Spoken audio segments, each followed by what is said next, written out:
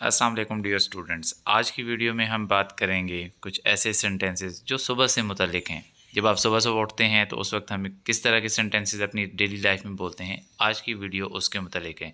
तो चलें अपनी वीडियो स्टार्ट करते हैं। Let's begin. तो हमारा पहला सेंटेंस है, उठ जाओ डियर, वेक अप डियर। सुबह हो गई है, इट्स मॉर्निंग। नहीं, मुझे अभी और सोना है।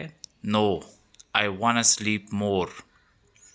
टाइम देखा है, हैव यू चेक टाइम। तुम्हें जल्दी उठना चाहिए, you need to get up early. क्या आज कुछ ख़ास है, why, is there anything special. मेरा ख्याल है तुम कुछ ख़ास भूल रही हो, I think you are missing something special.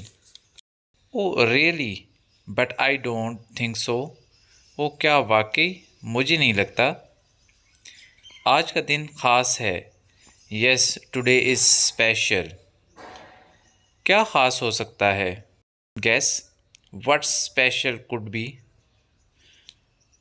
क्या आज तुम्हारा बर्थडे है, is your birthday today. No, ये नहीं है, नो इट्स नॉट।